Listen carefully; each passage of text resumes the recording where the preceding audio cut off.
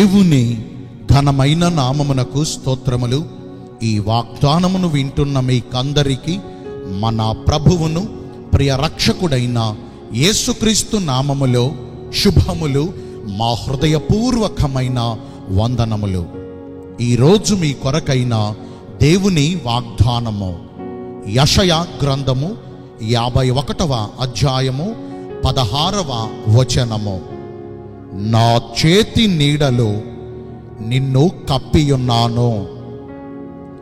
మంచి దేవుడైన యేసయ్య ఈ మంచి వాగ్దానమును నేడు మనందరి జీవితములలో నెరవేర్చునుగాక. ఆమేన్.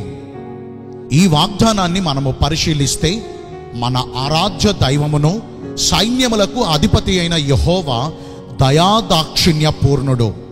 ఆయన కృపా సమృద్ధిని కలిగినవాడు. ఆయన కృపచేతనే ఈ లోకమంతా నింపబడి ఉన్నది. ఆయన మనకు ఆశ్రయమును దుర్గమునై ఉన్నారు. మనమందరమును కూడా కష్టకాలములో, శోధన సమయములో, దిక్కుతోచని దీనస్థితిలో మనమున్నప్పుడు ఆయన ఒక్కడే మనము నమ్ముకొనదగిన సహాయకుడు. ఈ లోకములో ఒకవేళ మనుషులు మనలను ఆదుకుని మనకు సహాయమును అందించాలంటే ఒకవేళ ప్రతిఫలమును ఆశిస్తారేమో.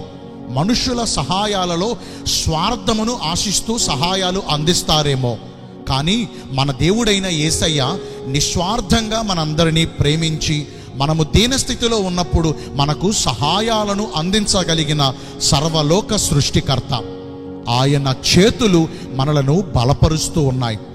ఆయన చేతి నీడలో మనము ఉన్నప్పుడు మనకు కలిగే ఆ గొప్ప ధన్యతలు ఏంటంటే, మొదటిగా ఒకని తల్లి వానిని ఆదరించున్నట్లుగా ఆయన మనందరినీ ఆదరిస్తారు.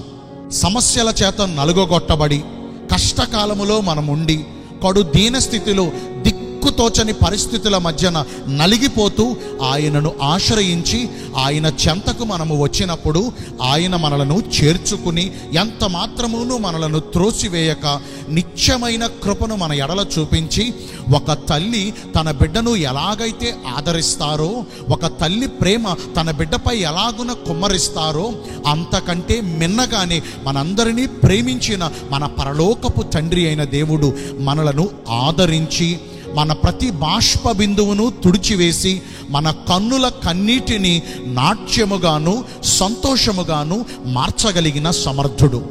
మన దుఃఖ దినములను సమాప్తపరచి మన నోటి నిండా నవ్వును, ప్రహర్షించు పెదవులను ఆయన మనకు దయచేస్తారు. అంటే ఆయన చేతులతో మనలను ఆదరిస్తారు. ఆయన చేతి నీడలో మాత్రమే మనకు ఆదరణ కలుగుతుంది.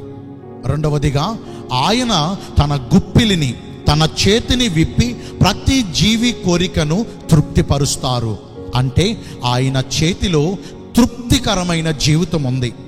మనము ఎలాంటి కరువులలో ఉన్నా, ఎలాంటి లోటుతో బాధపడుతున్నా, ఎలాంటి ఇబ్బందికరమైన పరిస్థితులు ఎదుర్కొంటున్నా, ఒకవేళ మనకు వచ్చే నెల జీతం కానీ వారం సంపాదన కానీ చాలక ఇబ్బందులు పడుతున్నా, ఆయన తన గుప్పిలిని మన కొరకు విప్పి సమృద్ధికరమైన సంతృప్తికరమైన జీవితమును ప్రభు మనందరికీ దయచేస్తారు.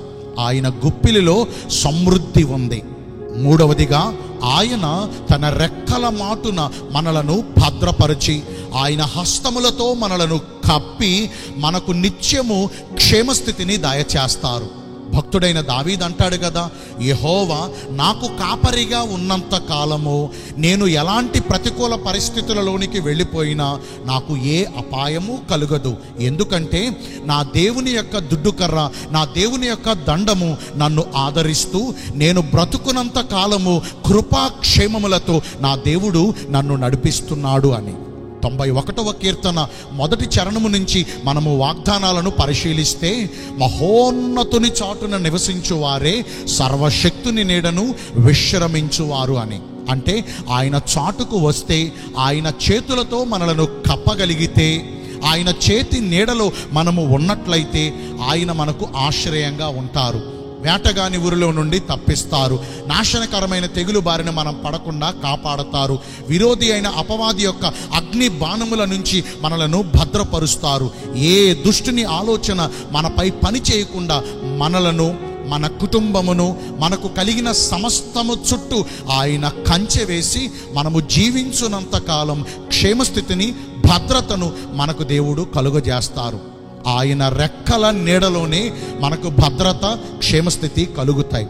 ఈ వాగ్దానాన్ని వింటున్న ప్రియ దైవ జనాంగమా, ఆయన చేతి నీడలో మనకు ఆదరణ కలుగుతుందని, ఆయన చేతి నీడలో మనకు సమృద్ధి దొరుకుతుందని, ఆయన చేతి నీడలో మనకు క్షేమస్థితి కలుగుతుందని ఇంతవరకు వాగ్దానం ద్వారా ప్రభు మనలను బలపరిచారు. మరి మనము విన్న ఈ వాగ్దానం మనందరి జీవితాలలో ఫలించి ఆయన చేతి నీడతో ప్రభు మనందరినీ కప్పాలంటే మనము ఎలాగున ప్రవర్తించాలి? ఒకే ఒక్క మాటను మనం తెలుసుకుందాం. మన దేవుడు పరిశుద్ధుడు, ఆయన చేతులు పరిశుద్ధమైనవి, ఆయనలో ఏ పాపము లేదు. ఇప్పుడు దేవుడు మనందరినీ కప్పాలంటే, ఆయన చేతులతో మనలను భద్రపరచాలంటే మనలో కూడా ఏ పాపము ఉండకూడదు. ఒకవేళ ఇప్పటికే మనం ఏదైనా పాపం చేశామా, పాప దోష అతిక్రమ క్రియలతో మన హృదయాలను నింపేశామా, మన దేహాన్ని పాడు చేసుకున్నామా? అయితే ఒక్క మాట, యేసుక్రీస్తు ప్రభు వారు మనందరినీ ప్రేమించి మన స్థానమందు నిలిచి మన కొరకు చిందించిన ఆ అమూల్యమైన, నిర్దోషమైన, నిష్కలంకమైన, పరిశుద్ధమైన రక్తములో మనలను మనము కడుగుకుని శుద్ధి చేయబడదాం. క్రీస్తు రక్తము మనలను ఎలాగూ శుద్ధి చేస్తుంది అంటారా? ఈ లోకములో మన వస్త్రములకు ఏదైనా మరకలు అంటుకుంటే ఆ మరకలను శుద్ధి చేయటానికి ఏదో ఒక సర్ఫో, ఏదో ఒక కెమికల్సో, డ్రై వాష్కో మన వస్త్రాలు ఇస్తాం కదా. అంతకీ ఆ వస్త్రాల మీద మరకలు తొలగకపోతే ఆ వస్త్రాలను తీసేస్తాం. మరి మనకు అంటుకున్న పాపపు మరకలను తొలగించుకోవాలంటే యేసుక్రీస్తు రక్తమే మనకు నిజమైన సొల్యూషన్. అయితే మనం ఏం చేయాలి? మన పాపములను, మన దోషములను, మన అతిక్రమ క్రియలను దాచుకోకుండా ఆయన ఎదుట ఒప్పుకుని విడిచిపెట్టి కన్నీళ్లతో మనం ప్రార్థన చేసి ప్రభు దగ్గర పశ్చాత్తాప హృదయం కలిగి ఉన్నట్లయితే క్రీస్తు నమ్మదగిన వాడు కదండి.